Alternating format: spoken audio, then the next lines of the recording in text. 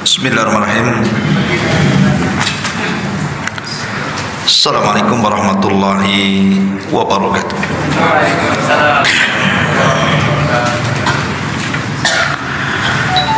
Alhamdulillah, wassalatu wassalamu ala rasulillah wa ala alihi wa sahbihi wa mawalah wa la hawla wa la quwata illa billahi wa ba'du. Alhamdulillah, segala puja dan puji hanya milik Allah subhanahu wa ta'ala. Salawat dan juga salam kita hadiahkan kepada Rasul kita Nabi besar Muhammad sallallahu alaihi wa ala alihi wasallam. Ma'asyiral muslimin yang dimuliakan Allah subhanahu wa ta'ala, biasa kita mengkaji siratul anbiya, sirah para nabi. Biar tidak bosan, kita selingi dengan tema yang lain, tema sederhana tapi penuh dengan nasihat untuk kita semuanya. Ma'asyiral muslimin yang dimuliakan Allah subhanahu wa ta'ala, tema di malam hari ini kita akan membahas tentang beberapa penyebab dan juga obat dari setiap permasalahan hidup manusia.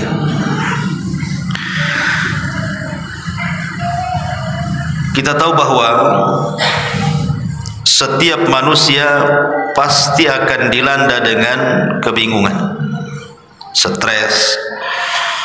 Itu sebuah kepastian. Kan Allah subhanahu wa ta'ala yang mengatakan wa tilkal ayyam nudawiluha bainan nas. Hari-hari itu diputarkan oleh Allah subhanahu wa ta'ala di tengah-tengah manusia. Jangan lagi kita sekelas Nabi sallallahu alaihi wasallam saja hidupnya diputarkan oleh Allah subhanahu wa ta'ala. Terkadang senang, terkadang sedih, terkadang bahagia, terkadang juga gundah gulana. Itulah kehidupan Nabi sallallahu alaihi wasallam. Di permulaan dakwah Nabi sallallahu alaihi wasallam tidak ada satupun manusia yang menghormati Nabi. Itu di permulaan dakwah. Siapa yang menghormati Nabi di permulaan dakwah? Tidak ada. Yang ada justru Nabi sallallahu alaihi wasallam malah diejek, dikatakan gila, dikatakan tukang sihir, dikatakan tukang tenun, pemecah belah, macam-macam. Tetapi seiringnya waktu, setelah hijrahnya Nabi sallallahu alaihi wasallam dari Mekah ke Madinah dan Islam pun menyebar, maka Nabi sallallahu alaihi wasallam dimuliakan dan dihormati banyak manusia. Berawal dari dihinakan, berakhir dengan dimuliakan. Begitu hidup manusia. Ada yang tadinya hina menjadi mulia, ada pula terbalik yang tadinya mulia menjadi hina. Seperti Abu Lahab, Abu Jahal, itu orang mulia di zaman jahiliyah. Tapi ketika menolak Islam menjadi hina mereka. Ma'asyiral muslimin yang dimuliakan Allah azza wa jalla, apa saja penyebab-penyebab seseorang itu menjadi banyak berfikir, melamun, sedih, stres gitu ya? Apa saja penyebabnya dan apa obatnya? Yang pertama, ulama mengatakan biasanya alhammu sababuhu ad-dainu. Biasanya orang bingung, orang stres, orang banyak pikiran itu disebabkan banyak hutang. Disebabkan hutang. Dan ini dialami oleh sahabat Rasul, bukan kita saja yang stres tuh ikhwan kalau ada hutang tuh kan. Sahabat Nabi juga sama. ketika mereka punya hutang, hidup mereka susah. Disebutkan dalam sebuah hadis, ketika Nabi SAW satu hari masuk ke dalam masjid. Entah kenapa hari itu Nabi pengen ke masjid, padahal di luar waktu sholat. Ada yang mengatakan di waktu duha. Waktu duha itu orang lagi sibuk-sibuknya bekerja tuh. Jarang orang ke masjid itu. Yang di pasar, yang di kebun, yang di kantor, yang di jalan. Biasanya waktu-waktu duha itu jarang orang ke masjid tuh, karena memang bukan waktu sholat. Entah kenapa Nabi SAW digerakkan di waktu duha itu ingin masuk dalam masjid. Rupanya setelah masuk ke dalam masjid, dia mendapatkan seorang laki-laki namanya Abu Umamah radhiyallahu anhu sedang berada di pojok masjid, menengadahkan kedua tangannya ke langit seraya berdoa kepada Allah Azza wa Jalla, dan di raut mukanya penuh dengan kesedihan. Jadi Nabi SAW bertanya, "Ya Aba Umamah, mali araka jalisan fil masjid fi ghairi waqti salah." Wahai Aba Umamah, ada apa dengan kamu? Kenapa kau duduk di masjid di luar waktu salat? Maka Abi Umamah radhiyallahu anhu mengatakan, "Humumun lazimatni wa duyunun ya Rasulullah." Humumun lazimatni wa duyunun ya Rasulullah. Bingung wahai Rasul, dan banyak hutangku yang menjadikan aku ke masjid. Lihat bagaimana sahabat Abi Umamah ketika banyak masalah larinya kemana? Ke masjid. Kemudian dia melaksanakan solat dan berdoa. Begitu harusnya orang banyak masalah itu lari ke masjid, seperti Abi Umamah Al-Ansari ini. Ini antum banyak masalah lari ke Barelang. Ngapain di Barelang? Mancing. Selesai habis mancing masalahnya. Yang ada makin stres. Sudah stres tak dapat ikan kan? Double lah stresnya tuh. Pulang pula bocor ban, makin stres. Gitu kan. Jadi sahabat memberikan contoh kalau ada masalah ke masjid, kemudian sholat, kemudian berdoa. Karena buktinya Abi Umamah radhiyallahu anhu setelah dia melaksanakan itu semuanya, rupanya Allah mendatangkan Rasul. Entah kenapa Rasul pengen ke masjid. Siapa yang menggerakkan Rasul? Kalau bukan karena doanya Abu Umamah. Makanya Abu Umamah mengatakan, "Humumun lazimatni wa duyunun ya Rasulullah." Bingung aku wahai Rasul, hutang menumpuk pula aku ni. Kata Nabi SAW, "Afala u'allimuka kalaman idza qultahu adhhaballahu hammaka wa qadha anna dainak." Wahai Abu Umamah, maukah ku ajarkan kepadamu satu ucapan yang engkau kalau mengucapkannya dan mendawamkannya, kujamin Allah akan hilangkan kebingunganmu dan Allah akan lunaskan hutang-hutang. Oh, dengan senang hati Abu Umamah radhiyallahu ini yang ditunggu-tunggu. Bala ya Rasulullah, tentu wahai Rasul, kalimat apa itu? Ajarkan kepadaku. Maka Nabi SAW mengatakan, "Kul idza asbahta wa idza amsayta Allahumma inni a'udzubika minal hammi wal hazan wa a'udzubika minal ajzi wal kasal wa a'udzubika minal jubni wal bukhl wa a'udzubika min ghalabatid daini wa qahrir rijal." Kata Nabi SAW, "Ya Aba Umamah, kalau engkau berada di pagi hari atau di sore hari, teruslah ucapkan kalimat ini. Allahumma ya Allah, inni a'udzubika minal hammi wal hazan." Aku berlindung kepadamu dari kebingungan dan kesedihan. Wa a'udzubika minal ajzi wal kasal, dari kelemahan dan kemalasan. Wa a'udzubika minal jubni wal bukhli, dan aku berlindung darimu dari pengecut dan juga kebakhilan. Wa a'udzubika min ghalabatid daini wa qahrir rijal, dan aku berlindung kepadamu ya Rabb untuk sampai dikalahkan hutang atau dikalahkan manusia kepadaku. Kan pendek, Allahumma inni a'udzubika minal hammi wal hazan wa a'udzubika minal ajzi wal kasal wa a'udzubika minal jubni wal bukhl wa a'udzubika min ghalabatid daini wa qahri rijal. 8 perkara.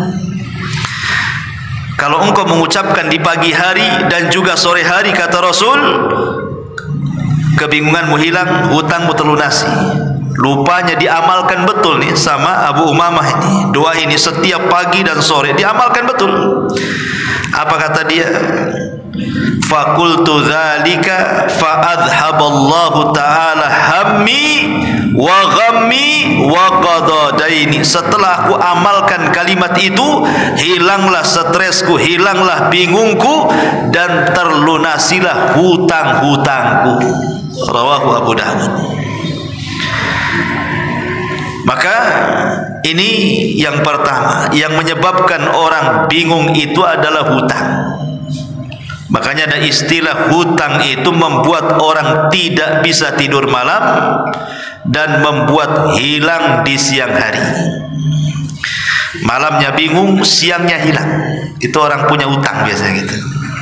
Coba saja antum dihutangi uangnya, kemudian kita cari itu sudah waktu temponya tuh, siang-siang nggak ada dia di rumah tuh, entah sembunyi di kolong ranjang, pokoknya nggak ada lah, ya kan? Pergi dia, nanti malam-malam tuh ada, itu pun udah bingung dia. Makanya kenapa Nabi SAW mencela soal utang piutang itu, dan tidak dianjurkan umat Islam itu untuk berhutang. Boleh berhutang itu kalau terpaksa, dan harus membayar hutang-hutangnya. Sebab salah satu yang menjadikan orang stres itu gara-gara hutang piutang. Maka niatlah kepada Allah untuk membalasnya, untuk membayarnya, dan jangan lupa sering-seringkan membaca doa ini yang diajarkan oleh Nabi kepada Abi Umamah. Ini yang pertama. Kemudian yang kedua yang menyebabkan seseorang itu stres bingung adalah alhammu sababuhu at-tafkiru fil mustaqbal. Bahwa bingung itu disebabkan karena terlampau banyak mikir sesuatu yang akan berlaku, sesuatu yang akan terjadi, sesuatu yang akan datang. Dia bingung loh, udah dipikirkan loh hari ini tuh. Terutama kalau bicara masa depan itu biasanya bicara masalah pekerjaan tuh, atau masalah anak-anak. Apa yang harus saya makan besok, kira-kira pendidikan anak saya gimana, stres dibuatnya tuh. Ma'asyiral muslimin yang dimuliakan Allah Azza wa Jal, ingat bahwa kalau itu soal pekerjaan, maka itu bicara soal rizki. Dan kalau soal rizki itu ikhwan, rizki itu sesuatu yang sudah ditakdirkan, dan sesuatu yang sudah dicatat lagi. Artinya karena sesuatu yang sudah ditakdirkan dan dicatat, rizki itu tidak mungkin kemana. Sampai ada perdebatan antara Imam Malik dan Imam Syafi'i. Kata Imam Malik kepada Imam Syafi'i bahwa rizki itu tidak akan kemana, tanpa dicari pun dia akan datang. Kata Imam Syafi'i, tidak wahai Imam, rizki itu harus dicari. Jadi Imam Malik berpendapat rizki pasti datang, gak usah dicari pun dia datang dia. Tapi kata Imam Syafi'i tidak, rizki itu harus dicari, bekerja baru dapat rizki. Kemudian setelah perdebatan ini keduanya pergi. Akhirnya Imam Syafi'i rahimahullahu ta'ala kemudian berangkat menuju sebuah tempat safar. Di tengah jalan, kemudian dia melihat ada kakek-kakek yang sedang menggendong satu karung kurma. Dan kakek itu sudah tua, berat. Ya, kayaknya berat kali dia gendong satu karung kurma itu. Jadi oleh Imam Syafi'i rahimahullah ta'ala, karena kasihan, ditolonglah kakek itu. Kemudian separuh kurmanya dibawa dia, sampailah ke pasar. Kemudian sebagai imbalannya kakek ini pun memberikan beberapa kurma yang dibawanya. Dari sini Imam Syafi'i punya hujah bahwa yang namanya rezeki itu harus kerja. Sebab kalau seandainya dia tidak membawakan kurmanya kakek itu, mana bisa dia dapat upah kan? Jadi dia ingin jadikan dalil kepada Imam Malik itu, dibawanya kurma upah itu. Kemudian datang kepada Imam Malik, kemudian mengatakan, ya Imam, sudah saya katakan bahwa rizki itu harus kerja. Buktinya nih saya dapat kurma setelah saya membantu orang tua. Gini saja wahai Imam, ini saya bagi dua. Ini untukmu dan ini untuk. Kata Imam Malik, rizki itu tak payah kerja. Buktinya saya tak kerja dapat kurma. Saya lo tak kerja kamu kasih kurma saya. Mana yang benar kan itu? Imam Syafi'i mengatakan kerja dulu baru dapat rizki. Kata Imam Malik tidak, buktinya saya diam saja dapat kurma katanya. Kau yang kasih katanya kan. Artinya dari sini ma'asyiral muslimin yang dimuliakan Allah Azza wa Jalla, terkadang ada rizki itu yang harus dicari, terkadang ada yang datang sendiri. Itu maksudnya. Seperti ada dulu pernah saya ceritakan, ada seorang bersaudara, dua orang bersaudara, kakak beradik. Adiknya pemalas, nggak mau dia cari uang. Yang bekerja kakaknya memang luar biasa rajinnya. Akhirnya kemudian kakaknya ngomong sama adiknya, kalau engkau ingin makan kerja. Kata adiknya, bukankah rizki Allah itu tak kemana? Dan saya tidak akan diwafatkan oleh Allah kecuali sempurnakan rizkinya. Kemudian kakaknya marah-marah sama adiknya, kemudian pergi. Dasar gila kamu katanya. Tunggu saja kelaparanmu katanya, kalau kau gak kerja katanya. Akhirnya kakaknya berangkat. Di tengah jalan rupanya ada mangga, ada pohon buah-buahan jatuh, kemudian berserak di jalan. Dalam bahasa fikih namanya lukotoh. Ya, barang-barang jatuh diambil. Ketika dia melihat makanan itu, dia terpikir dengan adiknya, kasihan juga katanya. Bagaimanapun tuh adiknya tuh. Kemudian balik lagi membawa lukotoh itu, membawa buah yang jatuh itu sambil dilempar. Hah, makan ini katanya. Habis itu kau kerja katanya. Apa kata adiknya? Kan sudah aku bilang bahwa rizki Allah itu tak kemana. Buktinya aku tak kerja dapat mangga katanya. Bayangkan. Subhanallah. Artinya bahwa rizki Allah itu pasti ada. Tapi bagaimanapun ya, tidak boleh orang itu hanya menyandarkan dengan doa saja. Seorang muslim harus bekerja. Tapi yang ingin saya katakan bahwa rizki Allah lah, itu tidak mungkin kemana, karena Allah sudah mentakdirkan setiap manusia itu dengan rizkinya. Lalu kalau seandainya manusia sudah ditakdirkan dengan rizkinya, ngapain anda bingung? Ngapain anda sedih? Sampai ada orang yang bunuh diri gara-gara ekonomi. Mana akalnya? Dibunuhnya dia, dibunuhnya anak-anaknya. Kemudian ditaruhnya surat di situ. Kemudian alasannya apa? Faktor ekonomi. Emangnya yang ngasih makan anakmu itu kamu? Bukan. Yang ngasih makan anak kita itu Allah. Ya, lewat tangan kita. Tapi semua datang dari Allah Subhanahu wa taala. Nahnu narzuqukum wa iyyahum. Kami yang kasih rezeki kalian dan kami yang kasih rezeki anak-anak kalian. Wa ma min dabatin fil ard illa 'ala Allah rizquha.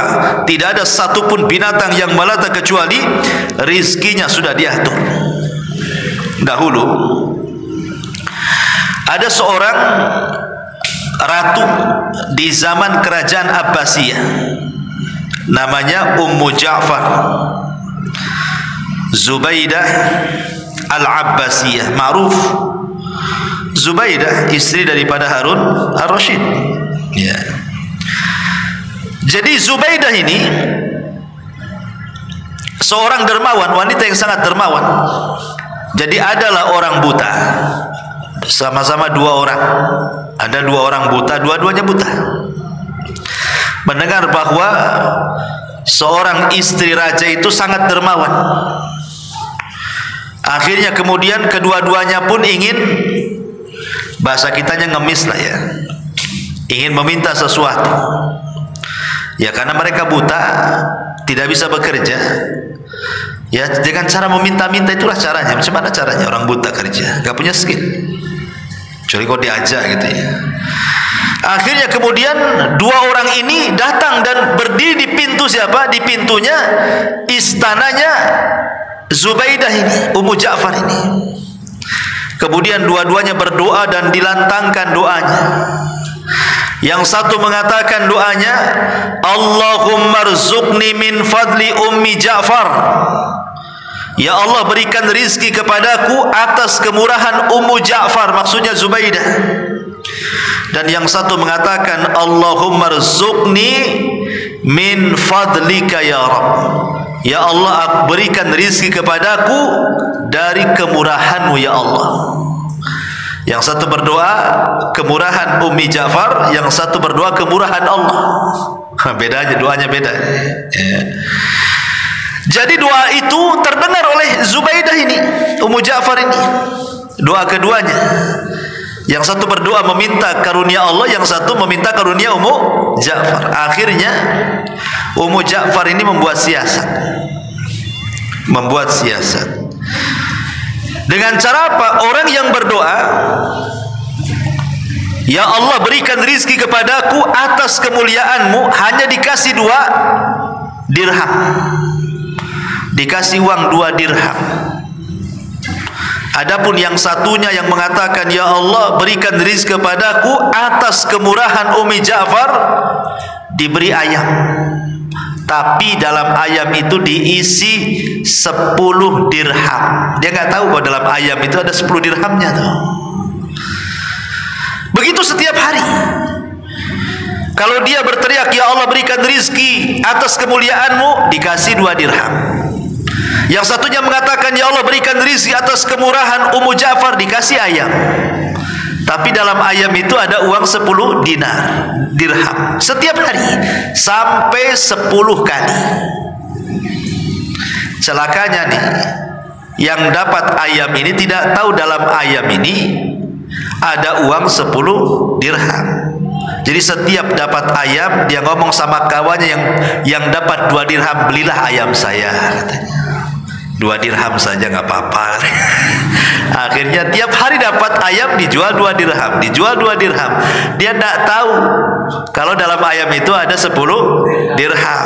Jadi enak tuh yang kawannya itu, dapat ayam dapat 10 dirham, yang satunya dapat 2 dirham saja kan itu ya. Jadi setelah 10 kali marah nih Ummu Ja'far Zubaidah ini, dan mengatakan kepada yang dapat ayam itu, kamu ini gimana? Kamu sudah 10 kali loh kesini teriak-teriak, ya Allah berikan rizki kepadaku atas kemurahan Ummu Ja'far. 10 kali kau kesini, tidakkah kurang? Sudah ku kasih ayam, ku kasih pula kau 100 dirham, katanya. Bingung pengemis ini. Mana ada 100 dirham, katanya. Yang ada kasih ayam saja, katanya. Dia tidak tahu, kata Ummu Zainab tuh, Ummu Ja'far, tidakkah kau tahu fulan, bahwa dalam ayam itu ada 10 dirham setiap hari ku kasih di situ. Tapi lihat kawan tidak pernah berteriak-teriak. Dia hanya berdoa, ya Allah berikan rizki diriku. Dia meminta kepada Allah, tapi engkau meminta kepadaku. Lihat hasilnya. Yang minta kepada Allah dapat 10 ekor ayam, 100 dirham. Yang satu meminta atas kemurahan Ummu Ja'far, dapat 20 dirham saja. Ma'asyiral muslimin yang dimuliakan Allah Azza wa Jalla, dari sini kita tahu bahwa meminta kepada Allah, Allah senang. Tapi meminta kepada manusia, Allah murka. Manusia murka. Makanya kenapa Rasul mengatakan dalam sebuah hadis itu, Allah akan marah jika engkau tidak meminta kepadanya, dan Bani Adam akan marah jika engkau selalu minta kepadanya. Jadi Allah akan marah kalau engkau tidak minta kepadanya, tapi Bani Adam akan marah jikalau engkau selalu meminta kepadanya. Coba saja. Datang ke tetangga, pertama pinjam sendok, pinjam garpu, pinjam pisau, pinjam bawang, dikunci itu rumahnya tuh. Dia lagi, marah dia kan, padahal itu minta yang remeh kan. Minta garpu, minta garam, itu kan remeh. Tapi kalau hari-hari minta kan, kamu ini siapa? Suami bukan, istri bukan kok. Saya minta-minta saja. Bagus kok lampu merah saja. Jadi orang itu kalau terus diminta-minta marah. Tapi kalau Allah diminta justru senang. Kalau tidak diminta justru marah. Itulah bedanya Allah dengan kita. Bahkan ada satu kisah menarik dari seorang ulama namanya Asam, Hatim Al-Asam. Dulu ada ulama salaf namanya Hatim Al-Asam. Jadi Hatim Al-Asam ini hidup di sebuah tempat bersama keluarga kecilnya. Jadi satu hari dia ada keinginan untuk haji tetapi tak punya bekal. Hatim Al-Asam ini pengen haji tapi tak punya bekal. Tapi keinginan hajinya kuat. Sampai satu hari banyaklah di daerahnya itu yang berangkat haji dengan menggunakan kafilah. Jadi dia pengen ikutlah, entah jadi pengawalnya, entah nanti kokinya, pokoknya sekalian haji sampai ke Mekah gitu ya. Jadi dia pamit dengan keluarganya. Semua keluarganya menolak. Kalau engkau pergi wahai Hatim, siapa yang ngasih makan kami di sini? Paling engkau memberikan sesuatu untuk kami paling lama 3 hari dah habis. Lalu setelah itu apa yang harus kami makan katanya? Tidak usahlah kau pergi haji katanya. Tapi rupanya ada anaknya yang kecil yang perempuan, anak Hatim Al-Asam ini memberi tahu dan mengatakan, kalau saya berbeda dengan yang lainnya. Pergilah wahai Abi, karena yang ngasih rizki bukan kamu, tapi yang ngasih rizki Allah katanya. Pergi saja. Akhirnya kemudian pergilah Hatim Al-Asam ini bersama kafilah. Karena tawakalnya luar biasa Hatim Al-Asam ini, walaupun dia berangkat gitu saja loh, nggak pakai modal, dia hanya ngikut kafilah orang. Rupanya Allah takdirkan yang pemilik kafilah itu sakit di tengah jalan. Kemudian Hatim Al-Asam ini pandai mengobati orang. Diobatilah pemimpin kafilahnya itu sampai sembuh. Akhirnya sama pemimpin kafilah itu dia mengatakan, ya Hatim, karena engkau sudah mengobati penyakitku, maka semua ongkos berangkat dan pergimu ke haji aku yang tanggung katanya. Lihat, rizki Allah, tawakal. Ya, tapi jangan nekat. Nekat tuh antum naik sepeda dari sini ke Arab, ngapain? Ya. Ma'asyiral muslimin yang dimuliakan Allah Azza wa Jalla. Lah, kembali ke keluarganya nih. Hatim Al-Asam ini sudah jauh pergi sana. Ini sudah lewat 3 hari. Perbekalan makanan di rumah mulai menipis. Mungkin bahasa kita beras dah habis, kulkas dah kosong, uang pula tak punya, cemana mau belanja, apa yang mau dimakan, bingunglah keluarganya Hatim Al-Asam ini. Kecuali yang tenang anak perempuannya. Tapi anak perempuannya mulai disalah-salahkan sama saudaranya. Gara-gara kamu, lihat makan apa kami katanya. Katanya rizki itu dari Allah. Mana katanya. Akhirnya streslah dibuatnya anak perempuan yang tawakal itu. Akhirnya anak perempuan ini berdoa kepada Allah. Lah kebetulan ketika itu ada rombongan Amirul Mukminin lewat di desanya Hatim Al-Asam itu. Jadi pemimpin wilayah itu sedang jalan-jalan bersama para pejabat lainnya. Lah kebetulan singgah di desanya Hatim Al-Asam itu. Allah takdirkan Amirul Mukminin kehausan karena kehabisan air. Akhirnya kemudian dimintakan minum. Pas pula yang dimintai minum itu rumahnya Hatim Al-Asam. Kemudian ditanya, ini rumah siapa? Ini rumahnya hamba-hamba dari hamba Allah yang saleh, katanya. Namanya Hatim Al-Asam. Kaget Amirul Mukminin ini. Karena nama itu nama kondang. Nama yang sangat kondang, seorang alim ulama besar. Ya. Akhirnya kemudian dia mengatakan, kata pengawalnya, demi Allah wahai Amirul Mukminin, aku mendengar berita Hatim Al-Asam sedang pergi haji. Dan ini sudah beberapa hari keluarganya tidak makan. Mendengar seperti itu kata Amirul Mukminin, demi Allah kita harus menghormati ulama. Dia sedang pergi haji dan keluarganya kelaparan. Kalian para pejabat harus mengeluarkan uang kalian masing-masing, kita sumbangkan kepada Hatim Al-Asam dan keluarganya. Subhanallah. Akhirnya dikeluarkan, mau tidak mau pejabat yang lain, karena yang minta presiden. Akhirnya nyumbanglah. Subhanallah. Akhirnya rumah itu penuh dengan harta. Ya. Kuasa siapa ngirim Amirul Mukminin lo ngasih uang itu ke Hatim Al-Asam? Itu kuasa Allah tuh. Lalu apa yang disedihkan dari memikirkan kerja, memikirkan rizki? Juga rizki sudah diatur kok. Sudah diatur kemarin loh waktu corona. Waktu corona kemarin itu kan perusahaan banyak yang gulung tikar kan, jatuh sana jatuh sini. Nggak boleh orang keluyuran pun tak boleh. Tapi setelah corona lewat, gemu-gemu antum. Siapa yang ngasih makan waktu corona antum? Nggak ada, orang mati ya mati karena kena corona, bukan kelaparan. Ya kan? Nah dari sini ma'asyiral muslimin, lalu apa yang disedihkan? Kalau orang kemudian gara-gara rizki kemudian terpikir, rizki sudah ditakdirkan. Karena hamba itu tidak mungkin diwafatkan kecuali disempurnakan rizkinya. Ya. Lalu apa yang dibingungkan dari rizki? Atau mungkin bingung anak-anak. Di zaman sekarang kadang-kadang anak-anak tuh yang jadi stres orang tua tuh. Sekolahkan sini nakal, sekolahkan di situ nakal. Dia pikir nanti akan jadi apa nak kau di masa depan nih, katanya. Stres lagi gara-gara anaknya. Ikhwan, sesuatu yang belum terjadi tidak perlu dipikirkan. Sesuatu yang belum terjadi nggak usah dipikirkan. Yang ada saja dihadapi.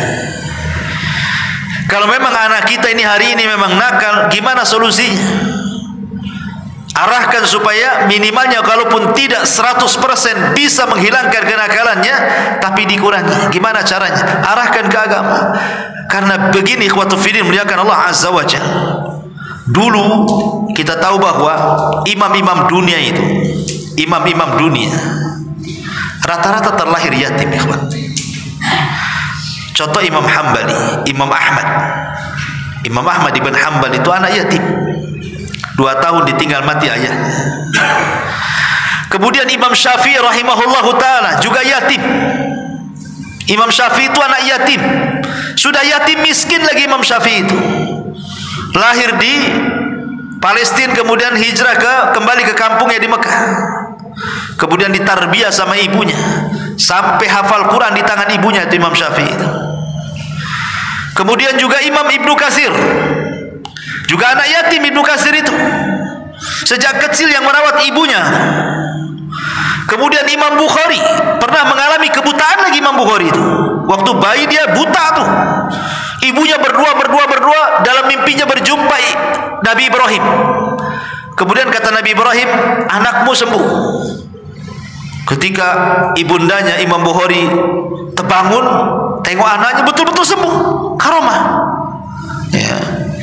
Jadi kalau kita lihat bahwa sesuatu yang kita tidak menduga di masa kecil, rupanya ketika sudah besar menjadi ulama-ulama terkenal kan, ulama-ulama dunia kan. Siapa yang tahu Imam Syafi'i kecil akan menjadi Imam Syafi'i besar? Kan tidak tahu.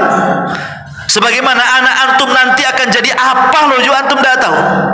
Dulu saja antum kecil, sekarang antum di sini jadi begini, kan antum tidak tahu kalau jadi begini kan, yang satunya jadi begitu tuh. Kan gitu ya. Oh, rupanya cita-cita anak itu dulu pengen jadi begini, loh kok jadi begitu katanya.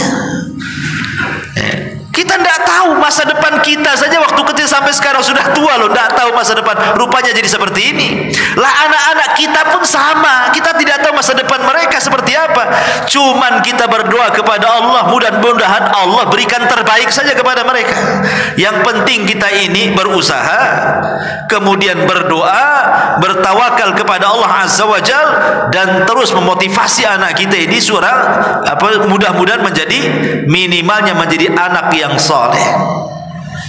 Itulah intinya orang tua, supaya kalau kita sudah mati dia yang mendoakan kita. Nah, ini perkara yang kedua, ikhwan. Ya, ma'asyiral muslimin yang dimuliakan Allah Subhanahu wa taala, yang membuat orang bingung itu adalah biasanya sesuatu yang terkait dengan masa depan. Entah urusan kerja, entah urusan anak, kan begitu. Ataupun yang ketiga, biasanya orang bingung itu, ikhwan, masalah apa lagi? Biasanya masalah dakwah. Dan itu yang biasa dihadapi oleh para duat. Ya, seperti saya atau yang seprofesi lah, para pendakwah. Biasanya menjadi sebuah bingung apabila banyak tantangan dan rintangan. Kita lihat, ya mungkin alhamdulillah saya sih nggak begitu ya mendapatkan rintangan. Tapi kalau dengar kawan-kawan yang di daerah-daerah, di desa-desa, kadang-kadang mereka berdakwah itu sampai di demo, kan itu ya, tantangan mereka itu dicaci, dihina, dicap sesat, macam-macam lah, dituduh macam-macam. Ya, tentu ini tantangan tersendiri dalam berdakwah itu. Tetapi ma'asyiral muslimin yang dimuliakan Allah Azza wa Jalla, seorang dai memang harus kuat. Antum kalau jadi dai harus kuat. Harus kuat dari omelan orang, harus kuat dari fitnah orang, harus kuat dari ghibah orang, harus kuat dari cacian makian orang. Karena itu konsekuensi dakwah. Nabi saja tidak lepas daripada cacian, makian, hinaan, kan? Maka kita pun akan sama. Siapapun yang membawa apa yang dibawa Rasul pasti akan diuji seperti diujinya Nabi. Tapi tentu ujian Nabi lebih besar dibandingkan ujian kita, tapi ada kemiripan ujiannya. Sebab kalau seandainya berdakwah kok lurus-lurus saja, nggak ada masalah, dipertanyakan dakwahnya, ngapain itu, ngajak apa tuh dakwahnya? Sebab kalau mendakwahkan dakwah yang diajarkan Rasul, mendakwahkan tauhid, mendakwahkan sunnah Rasul, pasti ada tantangan. Tidak mungkin tidak ada tantangan, pasti ada tantangan. Ya, dan cara menghiburnya adalah lihatlah para nabi dan Rasul, lihat Nabi. Itulah cara menghibur kita. Bagaimana kesabaran Nabi SAW dalam mengemban dakwah. Ini yang ketiga. Yang keempat, biasanya yang membuat bingung itu adalah masalah kematian. Memikirkan kematian, baik kematian kita sendiri atau kematian orang. Biasanya orang stres itu gara-gara mikir mati. Mungkin kalau antum usianya 30 atau 40 tahun ke bawah lah, biasanya belum terpikir memikirkan kematian itu. Biasanya nanti kalau usia antum sudah 60, 70, nah itu mulai terbayang-bayang mati itu. Ya, kalau udah 60, 70 udah kebayang-bayang mati itu. Kalau sekarang nampaknya tuh mau hidup 100 tahun aja tuh. Kan belum, ya kan, masih muda kan. Nanti kalau sudah 60 ke atas, mulai itu. Karena semakin tua itu tingkat emosionalnya semakin tinggi. Ya, menghayalnya itu melampaui batas. Kekhawatiran-kekhawatiran itu akan muncul nanti tuh. Jangan salah, antum kalau sudah 60 ke atas tuh nanti kekhawatiran macam-macam khawatir. Khawatir nanti kalau sakit anaknya nggak ngerawat, khawatir kalau seandainya nggak makan, khawatir kalau sakit siapa yang ngobati, khawatir kalau, pokoknya macam-macam nanti banyak kekhawatiran tuh. Termasuk juga mikir mati. Ya, karena Nabi SAW yang mengatakan seperti itu, a'maru ummati baina sittina wa sab'in, kan itu ya. Umur usia umatku, kata Rasul, berkisar 60 sampai 70 tahun saja. Makanya usia-usia seperti ini terkadang dihayalkan kematian. Karena kata Rasul, usia umatku berkisar 60 sampai 70 tahun. Sedikit yang melewati itu. Kasihan juga kalau sampai usianya 90, 100 tahun tuh, kasihan saya lihatnya. Susah dapat kawan tuh. Sendiri hidupnya kan, karena sebaya dia nggak ada. Kalau ada orang usia 100 tahun kan nggak ada kawannya, kawan sama siapa? Seandainya minta perkawanan di Facebook pun tak mau, udah 100 tahun. Nengok nggak level, bukan generasi saya ini katanya kan. Kasihan dia. Ya. Makanya kemudian Rasul hanya membatasi 60 sampai 70 tahun saja. Lah biasanya kematian ini membayangi kita tuh, sehingga kita stres. Ataupun kematian orang, entah anaknya mati, entah pasangannya mati, entah orang tuanya mati, entah orang yang dicintainya mati, pasti akan membawa stres tuh. Itu bawa stres. Jangankan lagi setingkat kita ya. Nabi SAW saat kematian Khadijah itu tidak bisa lepas tuh. Hampir setahun Rasul tidak bisa melupakan Khadijah. Makanya tahun meninggalnya Khadijah disebut Amul Hazni, tahun kesedihan. Ketika ada saudarinya Khadijah mengetuk pintu, suaranya seperti suara Khadijah. Teringat lagi Rasul kepada Khadijah, langsung menyembelih kambing, dibagi-bagikan ke teman-teman Khadijah.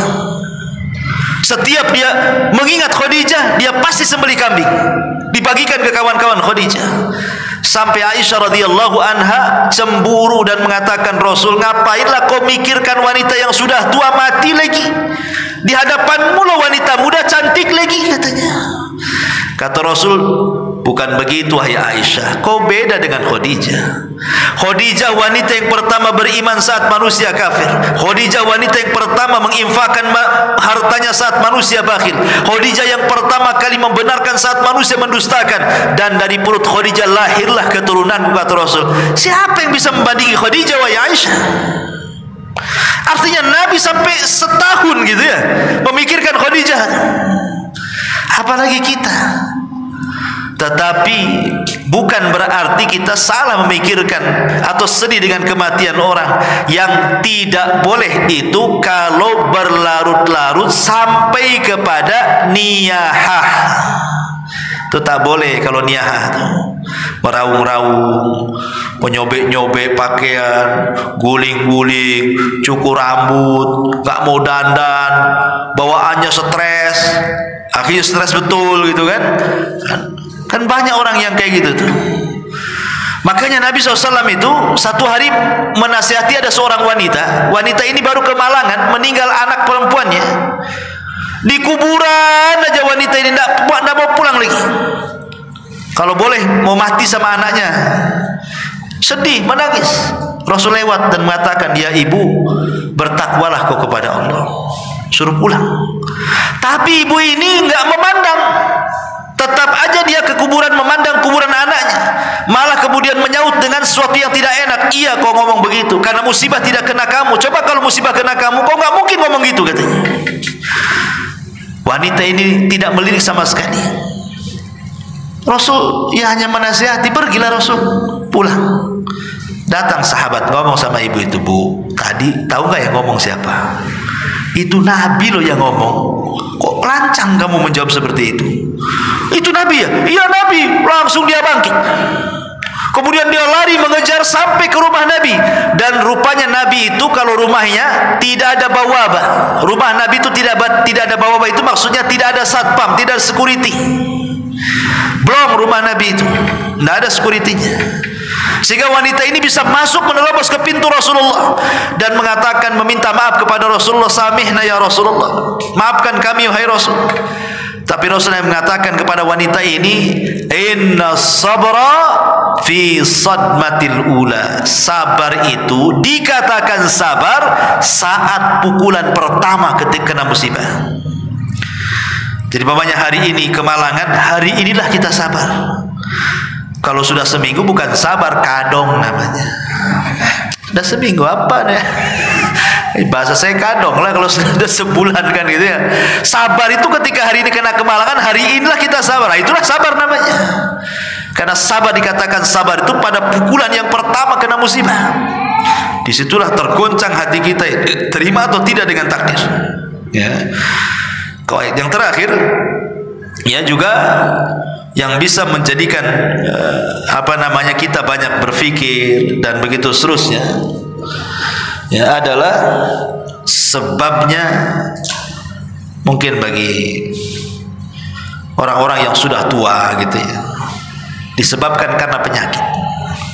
Umumnya orang stres itu, dan yang banyak disebabkan gara-gara penyakit yang ada di badan. Mungkin stroke, akhirnya terbaring, ya kan? Mungkin kena gula, akhirnya luka tidak sembuh-sembuh. Mungkin kolesterol, asam urat, macam-macam penyakit itu. Kalau orang itu tidak punya iman, ikhwan, lihat, kebanyakan mereka putus asa. Padahal penyakit badan itu berbeda dengan penyakit hati.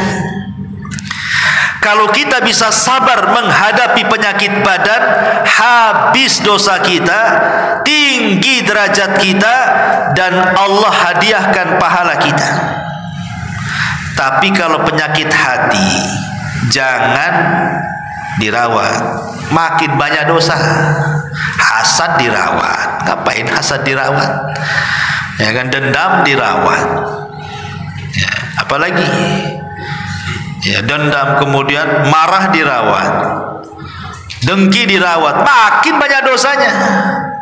Jadi kalau semakin lama penyakit bersarang di hati, semakin banyak dosanya. Tapi penyakit semakin lama bersarang di badan, makin hilang dosanya. Itulah bedanya. Ya. Kalau makin lama penyakit di badan, makin hilang dosa kita. Kalau sabar. Ya, kalau sabar, karena rata-rata kalau nggak ada iman nggak sabar biasanya kan itu ya. Tapi kalau penyakit hati lama-lama di hati, banyak dosa kita. Artinya bahwa kalau kita diuji dengan penyakit, dan semua orang pasti terkena penyakit, cuman ada yang belum waktunya saja. Nanti antum-antum yang muda-muda itu akan merasakan itu.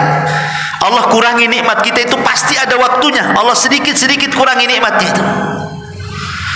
Kalau sekarang yang muda-muda itu oke lah, masih sempurna lah, 99% itu masih semua bisa dimakan. Mau jengkol mentah, jengkol matang, jengkol masak, jengkol rebus, jengkol bakar, semua bisa, ya kan? Nanti udah tua, nggak bisa. Yang bakar kolesterol, minyak-minyak kan itu. Yang rebus memang tak ada kolesterol, gula pula naik katanya. Pokoknya serba salah nanti ini. Yang dibakar salah, yang direbus salah. Ya, semua serba salah. Nanti ada waktunya antum serba salah makan. Artinya bahwa sedikit demi sedikit itu nikmat Allah pasti dikurang tuh. Karena nikmat Allah itu awalnya, kemudian dari awal sedikit, kemudian banyak sampai pada puncaknya. Tapi setelah pada puncaknya Allah kurang sehingga sebagaimana awalnya. Begitulah manusia. Ada awal, ada tengah, ada akhir. Dan akhir akan sama dengan awalnya. Makanya lihat orang tua itu kurang lebih dengan bayi. Kalau bayi kita rawat masih lucu. Orang tua dirawat jengkeli, ya kan? Nah, tapi memang harus sabar. Justru disitulah pahalanya. Ya. Kalau anak kecil, kita punya anak kecil nih dirawat, dia sakit, pengen hidup, jangan sampai mati. Kalau orang tua nih sakit, kapan matinya ini gitu. Kan gitu ya. Itulah bedanya kita merawat anak bayi dengan orang tua tuh. Tapi nanti akan ada masa-masanya seperti itu. Itu yang dikhawatirkan orang sudah tua ini. Kalau saya sakit cemana. Jadi tidak positif cara berpikirnya itu, negatif sama cucu-cucunya, sama anak-anaknya itu. Ya kayaknya mau atau mati aja kayaknya di orangnya. Karena orang tua itu sensitifnya luar biasa. Dan itulah anak harus sabar. Makanya pentingnya kita mendidik anak yang soleh dan soleh itu supaya ketika kita sudah tua, mereka paham tanpa harus diminta. Karena sehebat apapun anak itu berbuat baik kepada orang tua, tidak mungkin sebanding berbuat baiknya orang tua kepada kita. Nggak akan ada ceritanya. Makanya di zaman dulu, di zaman Umar bin Khattab radhiyallahu anhu mengatakan, Ya Amirul Mukminin, saya sudah persis seperti orang tuaku berbuat baik kepadaku. Dulu orang tuaku yang menceboki aku, sekarang aku yang menceboki dia. Dulu orang tuaku yang menyuapi aku dan memberikan minum kepadaku, aku sekarang yang meminumi dan menyuapinya. Pokoknya apapun yang dilakukan orang tua, kulakukan. Cukupkah wahai Amirul Mukminin? Kata Umar, tidak. Tidak. Karena orang tuamu ketika merawat dirimu diharapkan kehidupanmu, tapi engkau merawat orang tuamu diharapkan kematiannya. Kan gitu. Coba kan antum nih, pamannya nih, orang tua sakit, antum sudah berusaha masukkan rumah sakit mana di sini, antum harus jual mobil, jual rumah, jual tanah, ujung-ujungnya mati juga. Apa kata antum itu? Memang sudah waktunya. Kan gitu ya. Mau diapakan lagi? Udah waktu, udah tua juga. Kan gitu ya. Tapi kalau antum punya bayi, antum usahakan disembuhkan itu, kemudian meninggal, rasanya itu sedihnya nggak ada. Nah kalau bagus aku aja yang mati. Itu kalau bayi itu. Ya. Tapi kata-kata itu nggak ada sama orang tua. Ya, nggak ada yang mengatakan Pak, aku aja yang mati gitu. Nggak ada. Itu sudah waktunya katanya. Memang udah waktunya meninggal, mau diapakan lagi katanya. Udah tua juga. Ya. Kasihan juga kalau hidup katanya. Masih kasihan kalau hidup, dibayangkan. Itu kan lebih baik mati namanya. Ada lah orang yang bahasanya kok kayak gitu ya. Jadi intinya bahwa lah kematian ini sesuatu yang dipikirkan. Tetapi kalau kita melihat manusia terbaik Nabi SAW itu juga ditimpa dengan ujian kematian. Saat di perut ibunya dia sudah yatim, meninggal ayahnya. Belum lagi brojol ke bumi, dia sudah yatim. Kemudian brojol ke bumi, baru usianya 6 bulan, 6 tahun, meninggal pula Aminah ibunya, yatim piatu. Baru dia mendapatkan rawatan kakeknya Abdul Muttalib 2 tahun, meninggal lagi lah kakeknya. Bayangkan. Kemudian berpindah kepada Abu Talib, hidupnya susah. Akhirnya kemudian setelah lama-lama dia pun dapatlah kesenangan menikah dengan Khadijah. Khadijah meninggal pula setelah Hasr, pemboikotan tuh. Kemudian anak-anaknya baru punya anak Abdullah, Qasim dulu belum usia genap setahun dan meninggal. Kemudian Khadijah hamil lagi, punya anak Abdullah, itu setelah diangkat jadi nabi itu meninggal lagi. Kemudian punya anak laki-laki lagi Ibrahim, tapi dari Maria Kiptiah, meninggal lagi. Kemudian anak perempuannya meninggal, Rasul masih hidup. Zainab meninggal, Rasul masih hidup. Ruqayyah meninggal, Rasul masih hidup. Ummu Kulsum meninggal, Rasul masih hidup, kecuali Fatimah. Fatimah meninggal setelah Rasul meninggal 6 bulan. Tapi semua anak-anak Rasul meninggal saat Rasul masih hidup, baik anak laki-lakinya atau anak perempuannya. Coba bayangkan, anak laki-lakinya tiga-tiganya meninggal di waktu bayi, anak perempuannya tiga-tiganya meninggal ketika Rasul masih hidup. Sebelumnya ayahnya meninggal, ibunya meninggal, kakeknya meninggal, pamannya meninggal.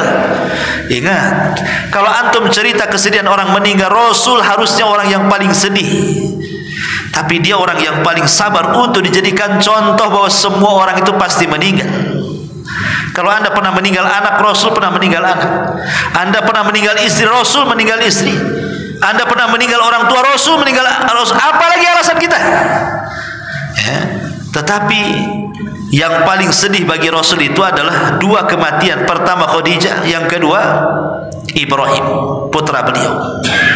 Sampai-sampai dia menangis 3 hari Rasul itu karena kematian Ibrahim. 3 hari menangis. Ketika Abdurrahman ibn Auf bertanya, ya Rasul, kenapa kau menangis? Bukankah kau yang melarang tidak boleh meratap? Kata Rasul kepada Abdurrahman ibn Auf, ya Abdurrahman, ini bukan ratapan, ini tangisan rahmat, tangisan kasih sayang orang tua kepada anak. Wajar saya menangis karena beratnya saya berpisah dengan Ibrahim, maksudnya putra Maria Al-Qibtiyah. Wallahu a'lam bishawab. Ikhwatu fillah, muliakan Allah Subhanahu wa taala, mudah-mudahan ada manfaatnya. Ini nasihat saja. Tutup dengan doa kafaratul majlis. Subhanaka wa bihamdika asyhadu an la ilaha illa anta astaghfiruka wa atubu ilaik. Allahu ta'ala. Assalamualaikum warahmatullahi wabarakatuh.